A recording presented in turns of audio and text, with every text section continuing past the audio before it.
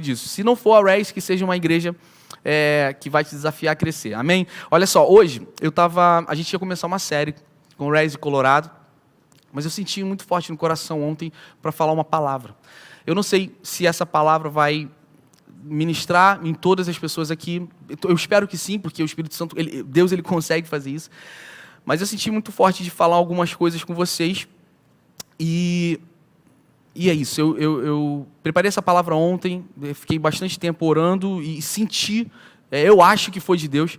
Então eu espero que essa palavra aqui venha a ser uma palavra dos céus para cada um de nós. Amém? Eu queria iniciar com um salmo, Salmos 91, que é um salmo muito conhecido, que todos vocês já ouviram, né? É aquele salmo que fica na gaveta da nossa sala, na prateleira da nossa sala aberta, né? A galera gosta de abrir a Bíblia, fica ali, olha. Que diz assim, olha: aquele que habita no esconderijo do Altíssimo, à sombra do Onipotente, descansará. Direi do Senhor: Ele é o meu Deus, o meu refúgio, a minha fortaleza, e nele confiarei.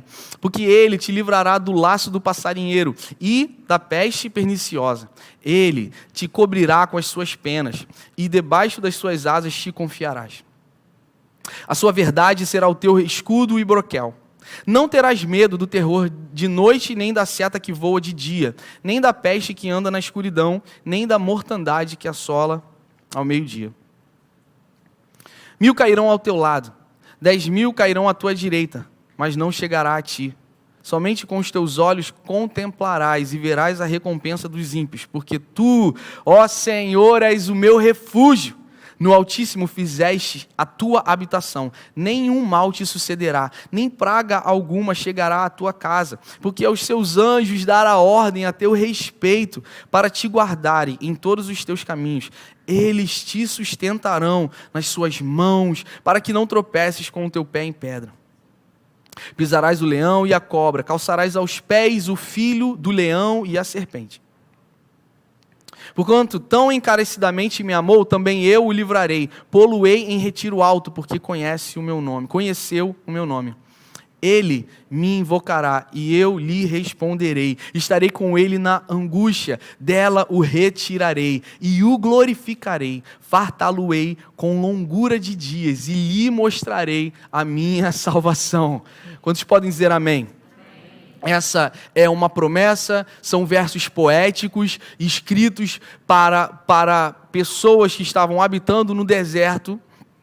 E hoje, o tema da mensagem é uma pergunta, uma resposta apologética, que eu já me questionei, e eu tenho certeza que muitos de vocês já se questionaram. Como é que a gente lê um Salmo 91 maravilhoso desse, e existe tanta maldade, existe tanto mal nessa terra, existe tanta tragédia, existem tantas coisas que eu coloco diante de Deus, eu peço, eu fecho o olho, eu oro com toda a fé, mas ainda assim eu não vejo a resposta do que eu pedi a Deus. Uma pergunta: alguém já questionou isso? Onde Deus está? Diante de algumas situações, e a gente está fazendo tudo certo, às vezes estamos fazendo teoricamente tudo certo, estamos de acordo com a palavra diz, olha, pedi e dar-se-vos-á. Se tiver uma fé com o tamanho de um grão de mostarda, pedireis aquele monte, passa daqui para colar e será feito. A Bíblia fala sobre isso, a Bíblia fala sobre que nós servimos um Deus onipotente que nos cobre, mas ainda assim passamos por tragédias, passamos por luto, passamos por dificuldades, nós temos alguns conflitos, e, irmãos, essa é a crise da humanidade, e deixa eu falar aqui para vocês, faz sentido, gente. Faz sentido, e não é da nossa postura da igreja começar a sempre com as mesmas respostas. Não, Deus está no controle de tudo, você tem que confiar, é assim, Deus é... E sim, isso é verdade, mas é importante que nós também entendamos que essas crises, essas dúvidas, essas circunstâncias afetam o nosso coração, sim ou não? Elas fazem a gente questionar, calma aí, então Deus é presente, mas Ele não é poderoso? Ou Ele é poderoso, mas não é bondoso? Porque se é bondoso, permite que o mal aconteça? Então Deus não está no controle, Deus está... Essas perguntas são perguntas cabíveis. São perguntas cabíveis, e hoje eu quero fazer uma exposição, um convite com vocês. Não é o nosso intuito de ficar empurrando na goela abaixo de ninguém o seguinte: ignora a tua dor, porque Deus sabe de todas as coisas e a tua dor não importa. Eu vou mostrar para vocês, biblicamente, que Deus nunca tratou dessa forma assim, nunca tratou desse assunto assim. Não dessa convicção da nossa fé em confiança, sim, mas até que ponto é normal questionarmos, até que ponto é normal sentirmos dor, e até que ponto é normal perguntar a Deus: o Senhor está aqui?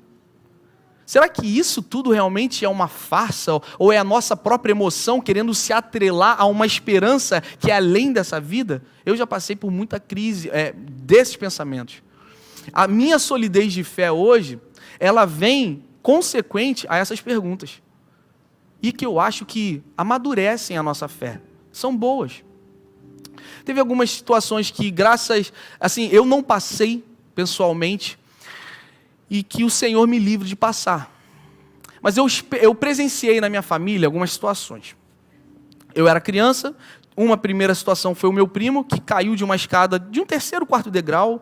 Eu era criança, não me lembro da situação. Os meus tios, ele caiu, estava brincando. Uma escadinha, eu acho que 3, 4 degraus. Ele era maior? Era maior. Mas levaram ele para o hospital, enfim, ele acabou ficando paraplégico, foi uma tragédia. Ele não faleceu, porém ele ficou vegetando, assim. Acho que ele ficou 14 anos nessa situação, sendo carregado. Ele crescia, o pelo cresceu, ele entrou na puberdade, ele cresceu, mas ele ficou um vegetal, né, sendo alimentado ali. Muito interessante fazer uma observação. O meu tio já era pastor. Quando tudo isso aconteceu, não teve uma conferência, um domingo, cara, que eles deixaram de ir para a igreja, eles deixaram de adorar a Deus por toda essa situação. O Caquinho, como era chamado, o Antônio Carlos, ele era colocado na casa do meu avô, que era do lado da igreja, e o Caquinho ficava ali sendo cuidado enquanto eles estavam na igreja.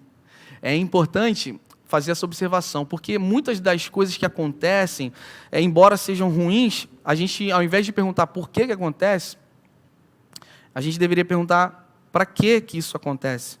Porque eu não acredito que Deus é um Deus punitivo. Falei. Em 1755, um terremoto que acontece em Lisboa evidenciou e fortificou a tese do deísmo. E foi muito forte porque, ora, por que Deus permite tal coisa? Immanuel Kant ficou famoso por essa tese, ou por essas declarações, e popularizou muito o deísmo, por causa desse acontecimento. Foi liberado em 1756. É o seguinte: Deus até existe, só que Ele não está nem aí para a gente.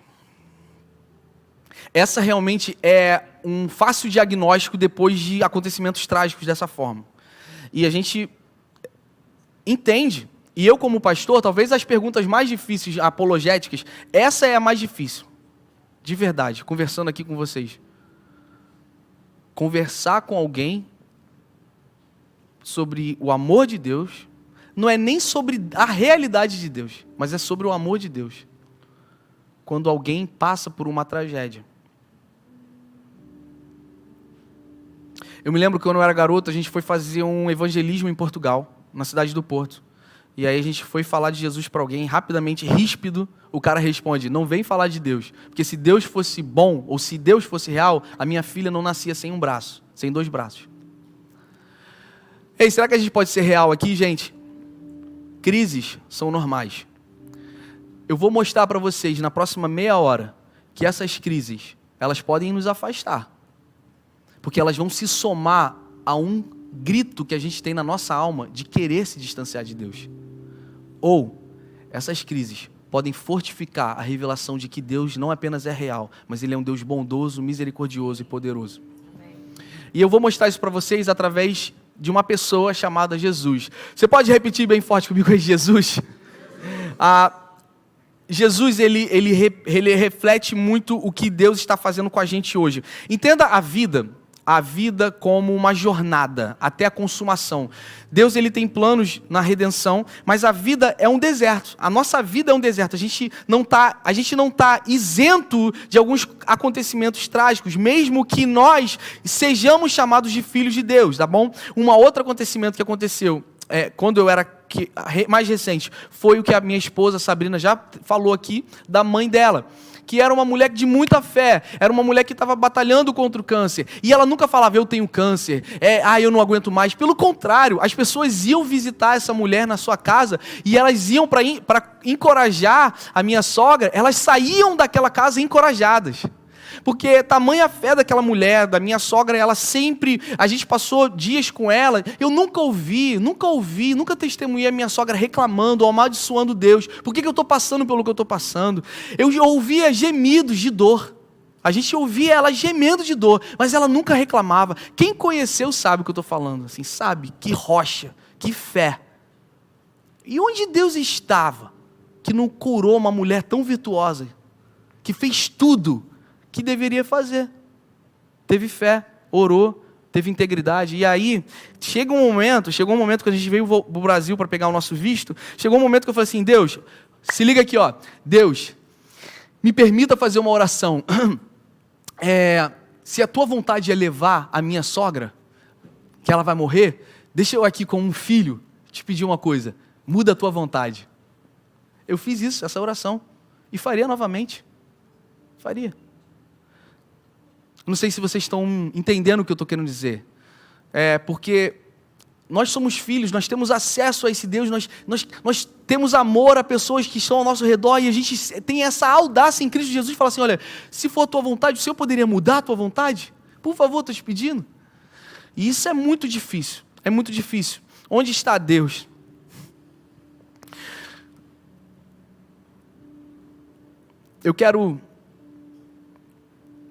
Eu ia falar mais uma história também.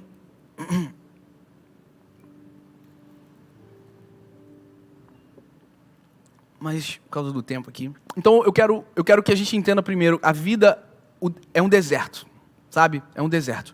E é um deserto que é a nossa jornada até uma plenitude. Qual é a diferença da gente que crê em Deus? Se você está aqui e você tem dúvida da existência de Deus, a diferença é que a gente tem um apego a algo que ainda está por vir, que sustenta a gente no deserto dessa jornada. Isso é o que a gente chama de fé. A fé é uma convicção que nos sustenta nos dias maus, nos dias ruins, nos dias difíceis de hoje. Eu quero mostrar em Jesus que mesmo sendo Deus, ele passou por esse deserto. E literalmente passou por esse deserto. Então, o primeiro ponto que eu quero falar é o seguinte, Jesus sofreu.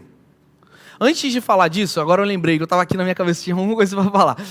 Eu também tinha meu primo também, que meu tio é militar em Juiz de Fora, era militar. Meu primo o nome dele era André, também faleceu, morreu. Eu tinha 3 anos. Eu me lembro vagamente de memórias assim, visitando, vendo o meu tio jejuando, orando, lendo a Bíblia do meu tio rasgando de tanto o cara estava buscando a família, buscando a igreja busca. E onde Deus está?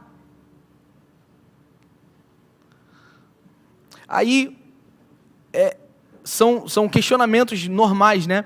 E eu me lembro que quando a minha sogra estava doente, não era a primeira vez que ela tinha um câncer, a gente ouvia coisas assim, olha, fala com ela sobre pecados ocultos. Vê se tem alguma coisa que ela precisa confessar. Vocês estão aqui, gente? A religiosidade apresenta sempre uma fórmula, e a nossa relação com Deus é além de uma fórmula. Porque o que acontece quando a gente está numa crise existencial, a gente está vivendo por circunstâncias penosas, a gente começa a questionar o que eu estou fazendo de errado, ou o que eu fiz de errado, e a gente sempre vê esse Deus punitivo, assoprando o dedo e punindo a gente, e mandando mal contra a gente, e sempre aquela consequência. Mas eu acredito que viver no pecado já é a maior punição que a gente poderia experimentar.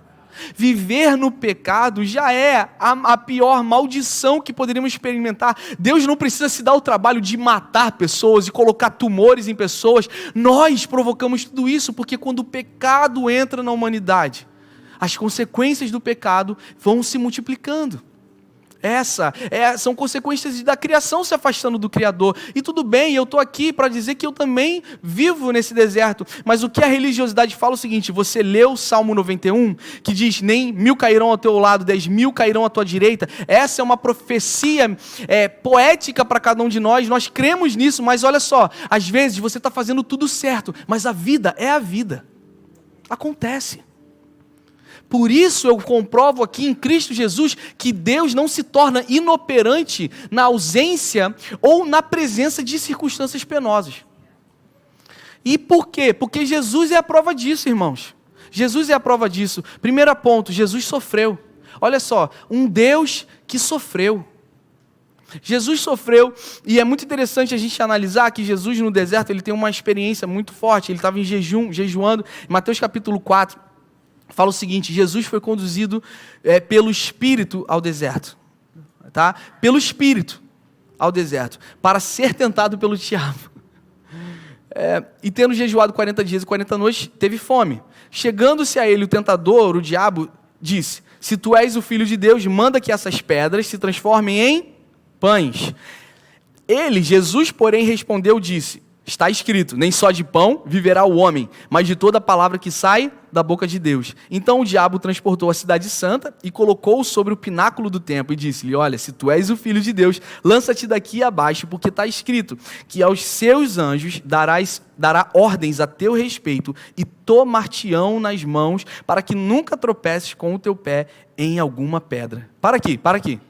O diabo usa a própria palavra para penetrar dúvida no nosso coração, irmão. Sabe por quê? Jesus estava frágil, fisicamente frágil, espiritualmente forte, mas frágil. Então, o que um homem de 40 dias sem comer passa? Fome. Então, o diabo ele usa de uma área de suscetibilidade de Jesus e começa a atingir Jesus com a dúvida. A dúvida começa a tomar uma proporção de acordo com a nossa suscetibilidade. Pior que o ataque de Satanás, pior que a fome que a gente está passando, é o ataque que começa a fazer com que o cenário seja pior do que ele realmente é. E é interessante que esse "se" é uma flecha que penetra no nosso coração até hoje, sim ou não? Onde Deus está? Talvez você não é filho que você achava que você era. Hoje, eu não vou dizer que a tua vida vai ser perfeita. Hoje, eu vou dizer que também na palavra você vence qualquer astúcia do inimigo tentando penetrar dúvida no teu coração. Olha que Jesus, ele usa a palavra e fala, primeiro ele fala, olha, nem só de pão viverá o homem, e depois ele fala, a palavra também diz, não tentarás o Senhor teu Deus. Gente, o diabo usa Salmo 91, que foi escrito para uma comunidade que estava no deserto, para mostrar para Jesus, o que a religiosidade fala até hoje. Se você está passando pelo pão, comendo o pão que o diabo amassou, é porque Salmo 91 não representa na tua vida. E se Salmo 91 não se aplica na tua vida, é porque você não é filho. E Jesus respondeu assim: eu sou filho, mesmo que pedras não se transformem em pães. Deixa eu falar mais. Jesus responde: eu ser filho, nós sermos filhos, é mais milagroso e poderoso do que pedras se transformando em pães, irmãos. Essa palavra é muito melhor do que você imagina. O que Jesus então mostra, que num momento de tentação, de sofrimento, de fome, ele está mostrando para hoje, em 2023, o seguinte: muitas vezes pedras não vão se transformar em pães, mas não deixa que o "se" de Satanás penetre no teu coração. Porque a revelação da paternidade de Deus é mais poderosa do que qualquer circunstância penosa que a gente esteja vivendo. Jesus estava tão conectado com o Pai, que ele falou: olha, eu estou com fome, eu gostaria realmente de ter essa pedra se transformando em pão para eu comer, mas eu sei que nem só de pão viverá o homem. E Jesus estava falando o seguinte: olha, a minha identidade de filho, ela me alimenta mais do que qualquer pão que possa saciar a minha carne. E que em nome de Jesus, entendendo que se Jesus sofreu, nós vamos sofrer, mas nós não vamos deixar o diabo penetrar mentiras no nosso coração.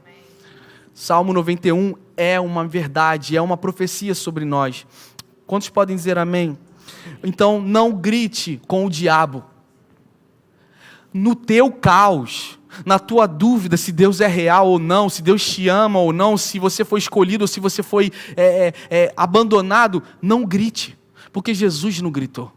Guerra espiritual se faz com a palavra de Deus. Não adianta emoção, não adianta postar, não adianta bater tambor. O que adianta usa a espada, e a espada é a palavra, e a palavra deturpa qualquer ataque do mal. E por isso que eu falei no início, muitos de nós, eu me incluo nisso, muitos de nós queremos resoluções espirituais usando armas carnais. Gente, eu sei que eu estou ficando chato, eu estou chato, né? Eu fico falando, eu falo assim, gente, eu tô nem 40 anos. Tu imagina eu com 60. Eu vou ficar muito tiozão. Mas é verdade demais. Dá uma glória a Deus aí. Jesus sofreu, galera. Não permita então o seguinte, que a dor momentânea solidifique mentiras que definem quem Deus é ou quem Deus não é. Vocês estão aqui comigo? Sim, vamos lá. Então assim, não permita que a crise, porque você está suscetível, comece a diagnosticar ou definir quem Deus é. Isso é perigoso. De novo, você está suscetível. Deus é independente do momento. Deus é. Deus continua sendo real. Deus continua sendo bom. Deus continua sendo misericordioso e nós continuamos sendo seus filhos. Foi isso que Jesus nos ensinou. Essa é um grande milagre. Não deixa a verdade, não deixa a mentira se tornar verdade no teu coração. Amém? Segunda coisa, Jesus chorou. Olha só, Deus sofreu. 2, Deus chorou. E eu acredito o seguinte, na tua dor, muita coisa não vai mudar. Mas a gente tem um Deus tão pessoal, que Ele sente o teu peso, Ele sente a tua dor. E eu não sei você, mas isso inspira o meu coração a amar esse Deus. Eu sei que eu queria que Deus estalasse os dedos e tudo mudasse. E Ele convencesse todos a segui-lo e nenhum mal mais acontecesse. Mas qual seria a razão da fé? Ou qual seria o desafio da fé?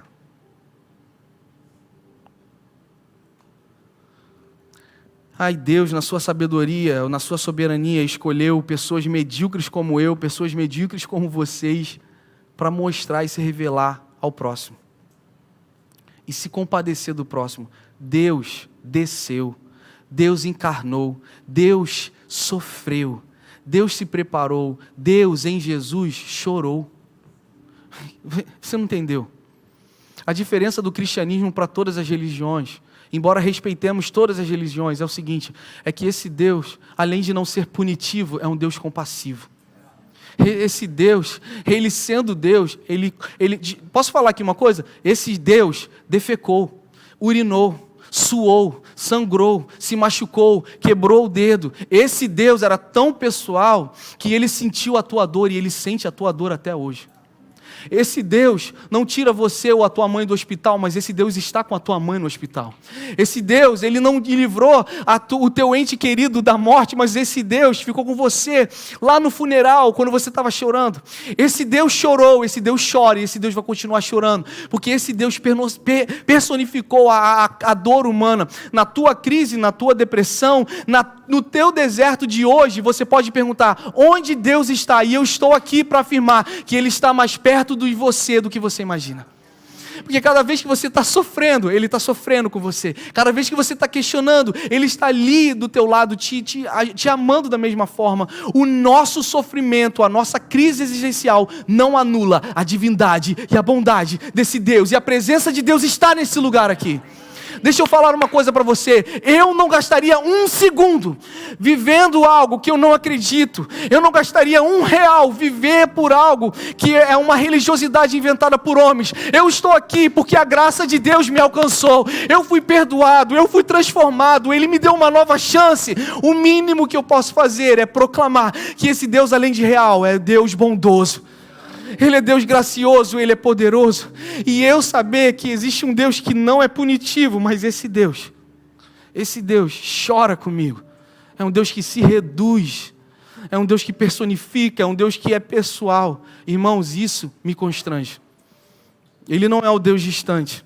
A Bíblia fala que Jesus chorou quando viu Maria chorando por Lázaro. Jesus ia ressuscitar Lázaro, sim ou não? Mas Jesus chora, porque Jesus sente o pecado, Jesus sente o peso, Jesus chorou, Jesus se compadeceu. Eu não sei onde você está, eu não sei qual é a crise que você está, eu só sei de uma coisa: Ele está com você. Eu sei que a gente ora para que Deus mude realidades, e Deus pode fazer, mas eu sei que Deus está nos consolando, tem chorado com a gente, e isso, para mim, é algo muito forte. Jesus sofreu, Jesus chorou, Jesus orou. Jesus orou e Ele assume uma posição sacerdotal. Nós cremos um Deus que no seu trono está reinando, e à direita dele, Jesus ocupou um espaço de intercessor. Ele está intercedendo por nós até hoje. A oração sacerdotal foi a última oração que Jesus fez e explanou em João, no Evangelho de João, em capítulo 17. Gente, é lindo. Eu aconselho, vai ler João 14, 15, 16, 17. É maravilhoso. E Jesus está fazendo um apelo à unidade. Ele falou aqui: eles sejam um como eu sou um contigo, ó Pai, para que o mundo conheça quem Tu és. Deixa eu falar, eu acredito que a unidade é cura para a dor dessa geração. Deus, ele apareceria e se revelaria. Mas Ele falou assim: deixa eu usar a comunidade de fé, pessoas imperfeitas, para revelar o meu amor. É o que eu falo, é brabo demais. É brabo demais. Estou viajando, né? É brabo demais. Existe poder na unidade, eu creio nisso. Existe poder na comunidade de fé, porque são pessoas diferentes, pessoas que pensam diferente, servindo um Deus perfeito. Nessa unidade, Deus se revela. Quando Deus se revela, Deus revela o consolo para aqueles que estão chorando, a cura para aqueles que estão feridos, a esperança para aqueles que não têm mais esperança. É na nossa unidade. Por que insistir numa comunidade de fé? Porque na nossa unidade Deus se revela. Não se trata do meu pedido, não se trata do teu conforto, se trata de revelar quem Deus é. É isso, gente. Ele não é digno? Será que Ele ser revelado não é digno da nossa unidade? E aí, gente, vocês estão comigo aqui? Quem pode dizer amém? Então, Jesus, Ele faz uma oração e Ele faz o seguinte: olha, eu não peço que os tires do mundo, mas que os livres do... Vamos lá, gente. Eu não peço que os tires do mundo, mas que os livres do... Não são do mundo como eu do mundo não sou. João, Evangelho de João, capítulo 17, versículo 14. Jesus faz essa oração e eu quero sintetizá-la com você. Eu não peço que você tire eles do mundo. Eu não estou pedindo, Pai, que você tira as crises. Eu não estou pedindo que você impeça deles de viverem situações difíceis. Eu não estou pedindo que você impeça um tumor, um luto, a doença, a falência, a crise emocional. Não é isso, Pai. Eu estou pedindo que você os livre do mal. Eu não estou pedindo que você os tire do mundo, porque o mundo tem todas essas coisas. Então qual é o mal? O mal é viver tudo isso sem a minha presença.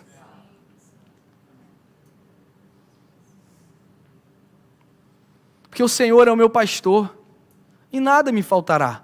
Falindo, traído, desencorajado, quebrado, com dor, com enfermidade, nada me faltará. É antagônico, gente. As Escrituras e a mensagem do reino é antagônica. Quando eu sou pobre, é que eu sou rico. Quando eu sou fraco, é que eu sou forte. A economia do reino é antagônica. E é interessante que a Bíblia fala no Salmo 23, o salmista, que ele fala: o Senhor é meu pastor, e no final ele fala assim: olha, ainda que eu ande pelo vale da sombra da morte, eu não vou temer mal algum. Por quê? Porque o Senhor está comigo. Então é importante que a gente entenda que a nossa jornada de fé é um deserto, é uma caminhada. Então assim, olha, ainda que eu ande pelo vale da morte, eu não vou temer, porque Ele está comigo. Ou seja, não existe promessa que eu não ande pelo vale da morte. A promessa é que mesmo no vale da morte, a presença dEle vai estar comigo.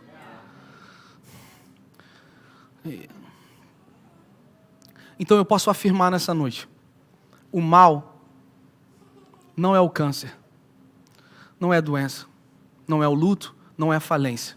O mal é não ter o nosso Criador dentro de nós, com a gente. O mal não é o vale da morte. O mal é o vale da morte sem o nosso Senhor. Eu não vou temer porque Ele está comigo. Certamente que a misericórdia e a bondade do Senhor me seguirão todos os dias da nossa vida. Certamente que a misericórdia e a bondade do Senhor te seguirão todos os dias da sua vida. E por isso significa que você não vai andar no mal. Você vai andar no mal, o mal vai te tocar. Mas o mal que não pode te tocar é a ausência do Criador, do Senhor dos exércitos, o príncipe da paz, Jesus. Porque Ele sofreu. Paulo fala o seguinte, olha, se Ele não poupou o seu próprio filho. Quer entender o que é evangelho? Eu acho que eu vou ter que chamar alguém para pregar aqui semana que vem, cara. Eu sei que eu estou... Quer entender o evangelho?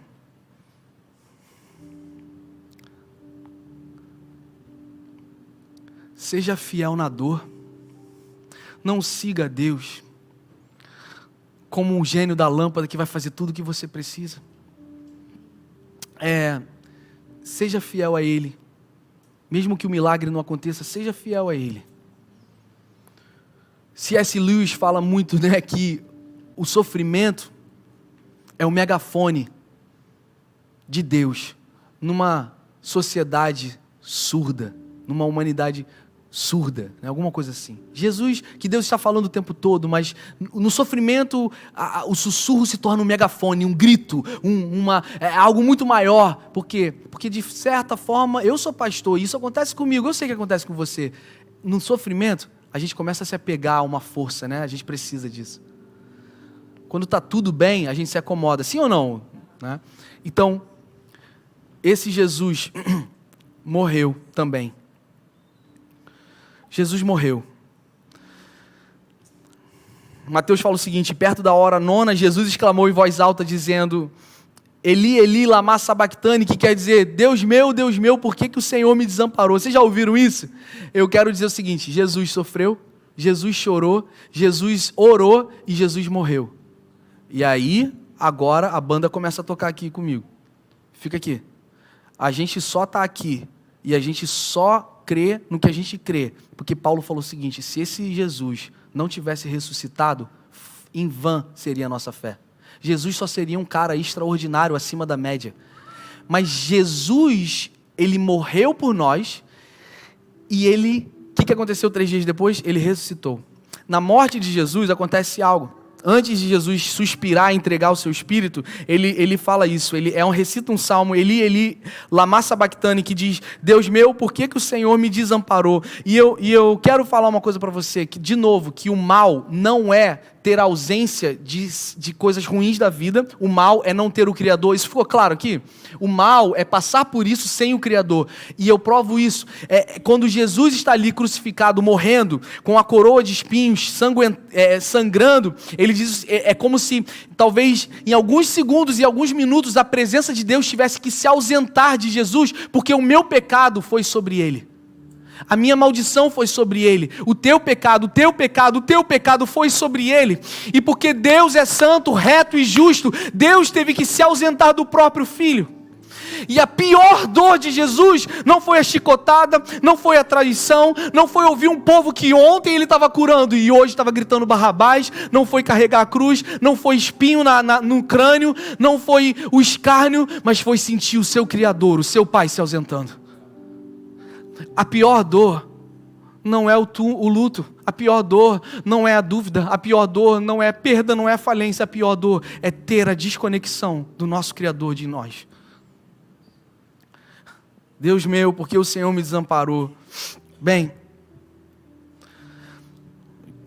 Jesus ressuscitou. Quantos podem dizer glória a Deus? E aí a história muda, porque assim, eu falei que a vida é uma jornada de deserto para uma consumação. Então, se Jesus ressuscitou, significa que a gente tem uma esperança que esse deserto não pode nos propiciar. Amém, queridos? Entende isso? Então, a gente consegue ter uma força, a gente consegue ter uma vitalização e uma esperança por causa que existem algumas promessas. Jesus ressuscitou.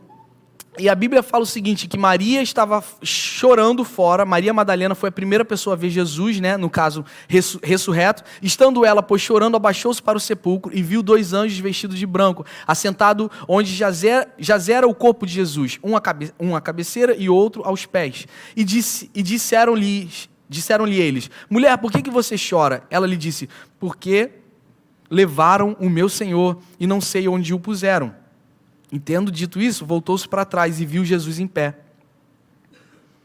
Mas não sabia que era Jesus. Disse-lhe Jesus, mulher, por que você chora? Quem é que buscas? Ela, cuidando que era o hortelão, disse-lhe, Senhor, se tu o levaste, dize-me onde o puseste, e eu o levarei. Vocês já ouviram essa história, né?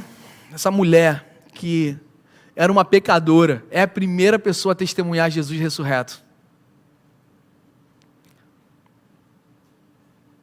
Ela fala com Jesus e não reconhece que Jesus era Jesus. E ela tinha intimidade com Jesus. Mas aí tem uma coisa que acontece. Jesus então diz, Maria. Ela se volta. Ela ouve uma voz que ela reconhece. A revelação de quem nós somos é a partir da revelação de quem Deus é em nós. Essa mulher tem um clique que muitos de nós estamos atrás desse clique. E muitos estão chorando de forma digna, porque eu também choraria com a tua dor. Eu estou aqui há 30 minutos dizendo que é difícil passar o que nós passamos, porque essa é a vida. Porém, tem um choro que ele é consequente da falta de audição de um Deus chamando pelo teu nome. Tem um choro que está persistindo nos nossos dias, que é consequente da falta de olhar, de ouvir o nosso mestre nos chamando pelo nosso nome. Esse choro não pode acontecer. Por isso Jesus falou o seguinte, Maria, sou eu estou aqui. Por que você está chorando? Não é para chorar. E aí a última promessa. Olha aqui. Se Ele é o nosso Deus e nós somos seus servos, nós também podemos sofrer. Nós também podemos chorar. Mas nós também podemos orar. Nós também podemos morrer. E nós certamente iremos ressuscitar. E nós iremos ressuscitar com a sexta etapa do que Jesus é a profecia escatológica. Aquele que morreu, ressuscitou. E aquele que ressuscitou, um dia voltará. E aí a verdadeira vida vai começar para aquele que depositou sua fé em Cristo Jesus. Paulo escreve aos Coríntios, se esperamos em Cristo só nessa vida, somos os mais miseráveis de todos os homens.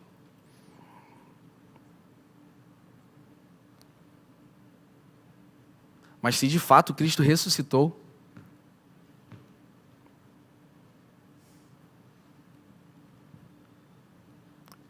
o nosso choro, o nosso lamento vai ser transformado em alegria. O teu choro tem uma promessa de se transformar em alegria. Porque Paulo continua, se ele ressuscitou dentre os mortos, e foi feito as primícias dos que dormem, porque assim como a morte veio por um homem, também a ressurreição dos mortos veio por um homem. Paulo fala, porque assim como todos morrem em Adão, assim também todos serão vivificados no segundo Adão. Essa é a promessa que está sobre nós. Irmãos, existe vida após a morte. E não importa o que eu fale aqui. Ninguém vai forçar você a acreditar nada. Mas nós seríamos os mais miseráveis se vivêssemos em prol só desse deserto terreno how you say, meu Deus? We're just provisório, mole, temporário. Quebrei a mensagem toda, estava indo tão bem. Porque assim como todos morrem em Adão, assim também todos serão vivificados em Cristo, mas cada um por sua ordem. Cristo as primícias. Cristo fez o que ele podia, só ele podia fazer. Aí o que ele fala? Depois os que são de Cristo, na sua vinda. Jesus vai voltar, Apocalipse capítulo 1, Apocalipse 21, 5. Ei, Eu vi novos céus e nova terra e uma nova Jerusalém, e não haverá mais lágrima, não haverá mais choro, não haverá ranger de dentes, e eis que tudo se fez novo. É para isso que a gente está vivendo. A forma como a gente lidar com o mal de hoje é contemplando uma plenitude que a gente vai experimentar. Até a vinda de Jesus não for ser plena em nós, nós começamos a ter glimpses, chuvas, gotas daquilo que vamos experimentar em Deus. A presença dele não pode ser plena hoje. Por isso o mal é tão palpável, mas ainda assim conseguimos ver, existe esperança, existe uma promessa que o nosso lamento se transformará em alegria. Não haverá mais lágrimas, não haverá mais choro, e aí o Senhor vai estabelecer